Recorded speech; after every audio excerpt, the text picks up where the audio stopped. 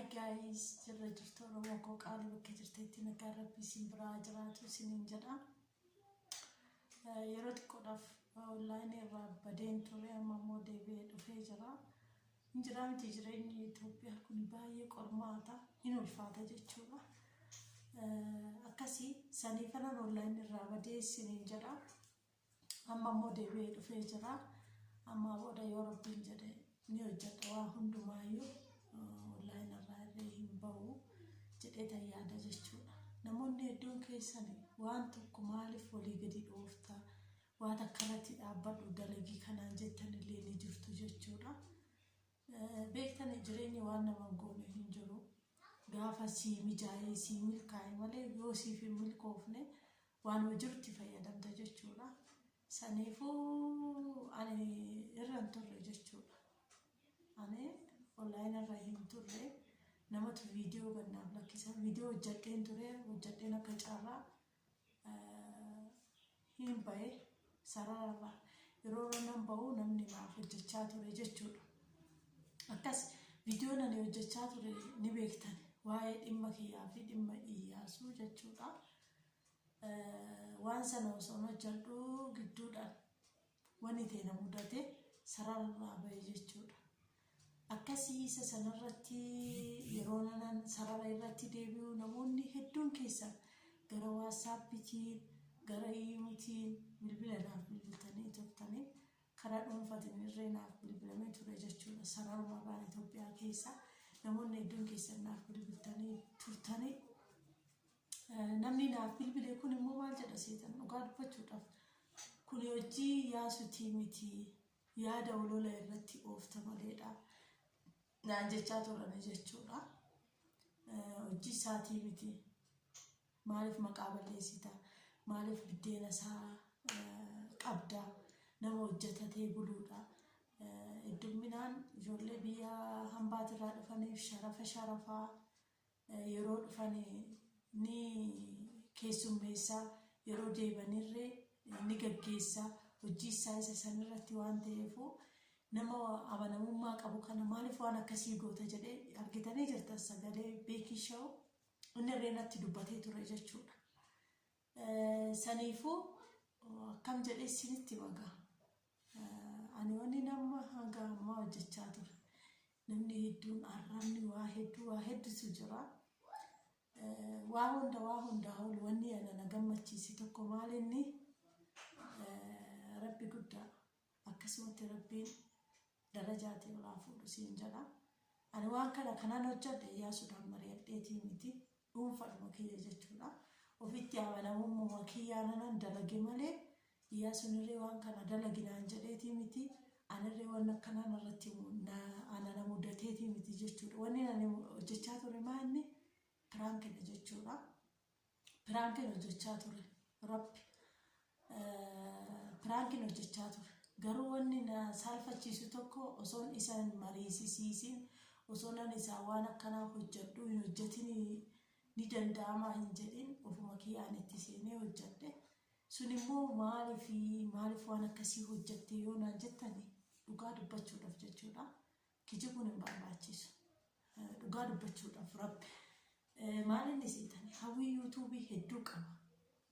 Yuutuuba hojjechuudhaaf hawwii guddaa qaba. Hawwii kiyyaa amma kana jedhee isinitti himu jechuudha.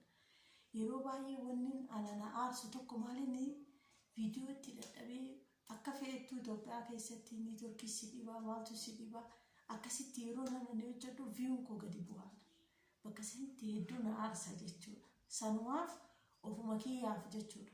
Dhuunfaa kiyyaan waan akkanaa hojjedhee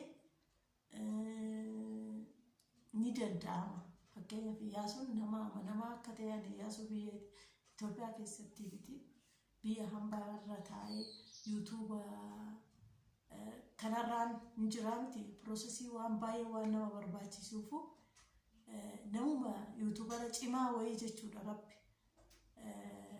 Sanirraan akkasitti Iyyaasuudhaan walitti dhiyaanne biyyarree ergan galeen hin beekaa. Garuu wanni takka itti qaana'u takka osoo yaada kana isaaf hin qoodin ofii kiyyaaf hojjadhe.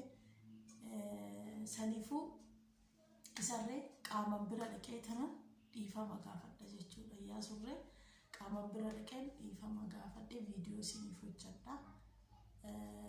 Maaliif rabbi namni akka isaa addunyaa kanarra hin jiru. An biyya kana keessa taa'ee osoo hin taane biyya hambaa san keessatti waan inni naaf godhetu jira. Fakkeenyaaf yuutuuba jechuudha.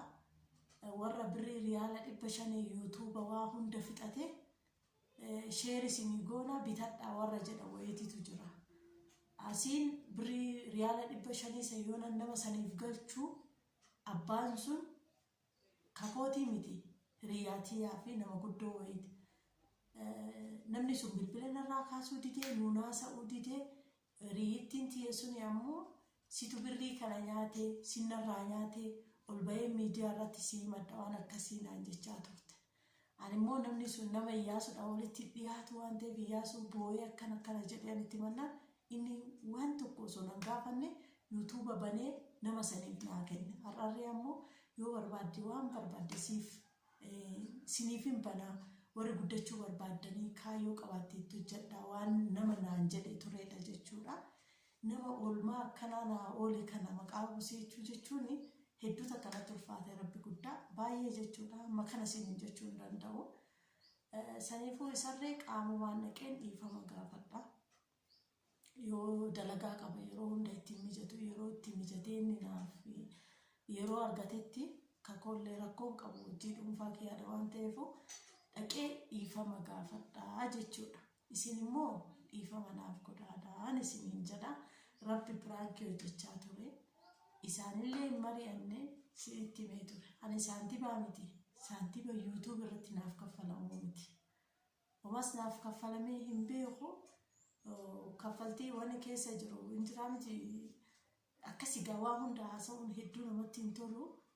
Kaffaltii miti. Bes viyuun isaa suni beektani yeroo amma viidiyoo ni dadhabee sanuu biyya keessatti jechuun viidiyoo tokko gallakkisuudhaaf ammam akka nama dhamaasu abbaa beekutu beeka.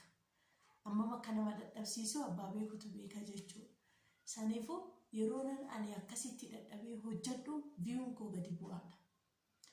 Ni ilaalama namni kun nama beekadha, nama guddaadha, nama cimaadha, nama uummata Oromootti waa guddaa hojjechaa jiru.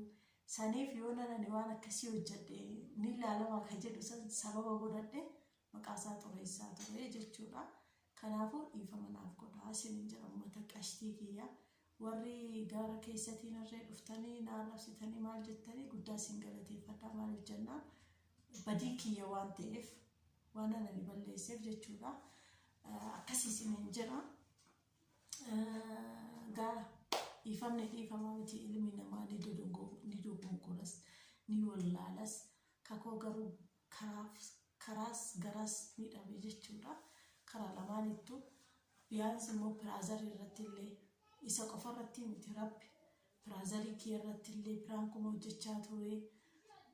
Nama wajjinii nana haasa'aa ture jechuudha. Yeroo namni sunis ana dhuguma moo soba isuma dhugaati moo isa sobaati jedhanii na gaafachaa turan jechuudha. Osoo nama sanii wajjin haasa'u bilbilaan naasee bilbilaan naalolee ture. Bakka wanni nan hin beekne akkamitti jira waan akkanaa akkamitti raawwatama kan jedhu san naasee ture. Ani yaanni kiyya kaameraa dafee dhoksee tolchee eega. Namni sun bilbila narraa cufuu dide. Inni dhufee barrii mooraa banate jechuudha.